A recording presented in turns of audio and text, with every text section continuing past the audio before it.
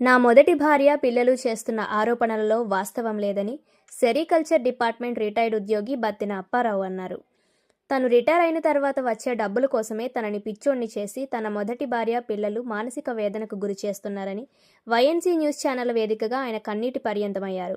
కాకినాడ జిల్లా గొల్లప్రోలు మండలం చెందుర్తి గ్రామానికి చెందిన బత్తిన అప్పారావు 1985వ సంవత్సరంలో పెద్దాపురం సెరికల్చర్ డిపార్ట్మెంట్లో వర్కర్గా జాయిన్ అయ్యాడని, 1987 జగ్గంపేట ట్రాన్స్ఫర్ చేయడంతో గొల్లగుంట తన మేనత్త నూకలమ్మ దగ్గర ఉండడంతో కూతురు లక్ష్మిని తనకిచ్చి పెళ్లి చేస్తానని చెప్పుకోవడం, తాను చేసుకుందామని అనుకునేలోపే వారిరువురికి గొడవలు వచ్చి విడిపోవడం. దీంతో లక్ష్మి తన తమ్ముడు వెంకటరమణ తనతోనే వచ్చేశారన్నారు. గత 30 సంవత్సరాలుగా మొదటి భార్య పిల్లల్ని చూసుకుంటూ వచ్చానని, అయితే జనవరి 2024లో రిటైర్డ్ కాబోతున్నానని తెలుసుకున్న భార్య లక్ష్మి, పిల్లలు అల్లుడు తనపై పిచ్చోడి ముద్ర వేసి తన సహోద్యోగుల సహాయంతో రాజేశ్వరిని 2 ఏళ్ల క్రితం ఉంచుకున్నాడు అంటూ తప్పుడు ప్రచారం చేస్తున్నారన్నారు. రెండో భార్య రాజేశ్వరి దగ్గరే చేబురోలులో ఉంటున్నానని, రిటైర్డ్ అయిన తరువాత వచ్చే డబ్బులు కాజేద్దామనే దురుద్దేశంతో తనపై రెండో భార్యపై దుర్భాషలాడి పిడుగుద్దులతో చిత్రహింసలు గురి చేశారని కన్నీటి పర్యంతమయ్యారు. తనకొచ్చే డబ్బు కోసమే సమాజంలో పిచ్చోడిని చేసిన వారిపై పారదర్శకంగా విచారణ చేపట్టి చర్యలు తీసుకోవాలని జిల్లా కలెక్టర్ ఎస్పీని సెరికల్చర్ రిటైర్డ్ ఉద్యోగి బత్తిన అప్పారావు కోరారు. కాకినాడ జిల్లా గొల్లప్రోలు మండలం చెందుర్తి మాది. నా పేరు బత్తిన అప్పారావు అండి. నేను సెరికల్చర్ డిపార్ట్మెంట్లో 85లో సెరికల్చర్ డిపార్ట్మెంట్ ఉద్యోగం వచ్చిందండి వర్కర్గానే. అక్కడ పెద్దాపురం చేతూ 1987లో నాకు జగ్గంపేట ట్రాన్స్ఫర్ అయిందండి. జగ్గంపేటలో ఉండగా నేను పక్కన గొల్లగుంట మా మేనత్త రాయుడు చంద్రరావు, రాయుడు నూకలమ్మండి, వాళ్ళ అమ్మాయి అబ్బాయి లక్ష్మి వాళ్ళ అమ్మాయి అండి. అదే వెంకటరమణ కూడా వాళ్ళ తమ్ముడండి. వాళ్ళు ఈ అమ్మాయికి పెళ్లి చేయడం కోసం మా నాన్న వాళ్ళ దగ్గర వచ్చి మాట్లాడారండి. మాట్లాడిన ఎప్పుడో అయిపోయి గొడవ వచ్చి వెళ్ళిపోయారండి. ఆ వెళ్ళిపోవడం వాళ్ళ అమ్మ నాన్న వెళ్ళిపోయారండి. వెళ్ళిపోయిన తర్వాత వీళ్ళిద్దరూ నేను శారదీసి నా దగ్గర పెట్టుకున్నానండి. అక్కడి నుంచి నేను గోపాలపట్నం తీసుకొచ్చి అక్కడ పెట్టానండి. 1 సంవత్సరం పాటు ఉన్నామండి. 2 పిల్లలండి. ఫస్ట్ ఉన్న ఆవిడకి ఒక అమ్మాయి పుట్టిందండి.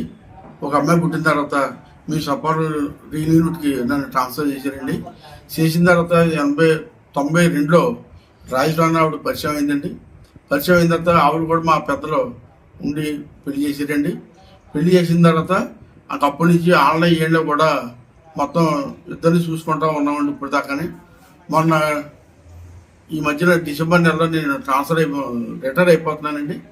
రిటైర్ అయిపోతుంటే ఆ రిటైర్ అయ్యే డబ్బుల కోసం గొడవ చేసారండి కలెక్టర్ గారి దగ్గరికి. నా మొదటి భార్య లక్ష్మికి 3 పిల్లలండి. ఇప్పుడు ఈ లోపల ఆవిడకి హార్ట్కి ఆపరేషన్ అయిందండి. ఆపరేషన్ చేయించాలన్నారండి. హెల్త్ కార్డు మీద చేయించానండి. 5 లక్షల దాకా అయిందండి. ఆ తర్వాత రెండు ఆడపిల్లకి స్వర్ణాంజలికి పెళ్లి చేయడానికి సంబంధం మాట్లాడేవండి. సంబంధం మాట్లాడితే ఆవిడ చేసుకోకుండా ఆవిడ నచ్చినవాడితో వెళ్ళిపోయిందండి.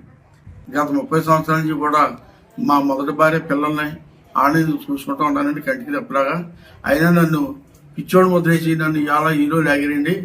హీరో లాగిన తర్వాత ఇక్కడి నుంచి రిటైర్మెంట్ డబ్బులు ఎవరికి ఇస్తావో ఏంటని చెప్పి నన్ను నిలదీశారు. నిలదీసిన డబ్బులు కూడా మీకెందుకు, డబ్బులు ఎంత వస్తాయి ఎటు వచ్చినా చూసుకుందాం నేను అంటున్నానండి. అంటున్నాను నన్ను వదలకుండా వాళ్ళు ఇష్టం వచ్చినట్టు రోడ్డు మీద లాగి నన్ను నాన్న హింస పెట్టారండి. ఏదో ఇప్పుడు ఈ 10 నెలల నుంచి కూడా నన్ను పెన్షన్ డబ్బులు రాకపోయినా ఏమి రాకపోయినా ఆవిడ ముద్ద పెట్టి చూస్తుంది కనుక ఆవిడ రాజేశ్వరి ఆవిడ ముద్ద పెట్టిన చూస్తుంది కనుక ఆవిడ దగ్గర కూడా వచ్చి ఆవిడ కొట్టారు. మన 26 కొట్టారండి. ఇలా నన్ను ఎక్కడ కూడా బతకకుండా ఎవడో ఆశ్రయం ఇవ్వకుండా చేయాలనే ఉద్దేశంతో వాళ్ళు చేస్తున్నారండి. 6 నుండి ఎస్పీ గారు అండి గొల్లప్రోలు పోలీస్ స్టేషన్ వరకు కూడా ఇచ్చారండి. వచ్చి అందరినీ ఎంక్వైరీ ఊళ్ళోకి వచ్చి చెందుర్తి ఊళ్ళోకి వచ్చి ఎంక్వైరీ చేయమనండి. చేసి ఎవరు తప్పు అయితే వాళ్ళని శిక్షించమనండి. నేను మీడియం ముఖంగా చెప్తున్నానండి.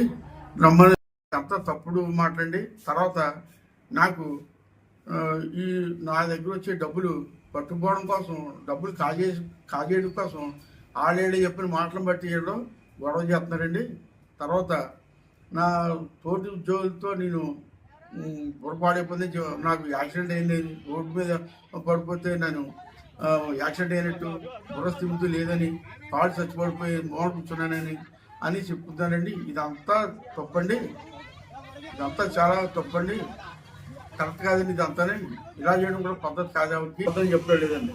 ఇందులో కలెక్టర్ గారైనా ఎస్పీ గారైనా వచ్చి క్షుణ్ణంగా పరిశీలించి నా రెండో భార్య తినేస్తుందని, నన్ను ఏదో మభ్య పెట్టిందని అని ఈ తప్పుడు సమాచారం ఇచ్చారండి. తప్పుడు సమాచారం ఇచ్చి దీన్ని పరిశీలించి ఎవరిది తప్పు అనేటువంటిది వాళ్ళపై చర్య తీసుకోమని కోరుతున్నానండి.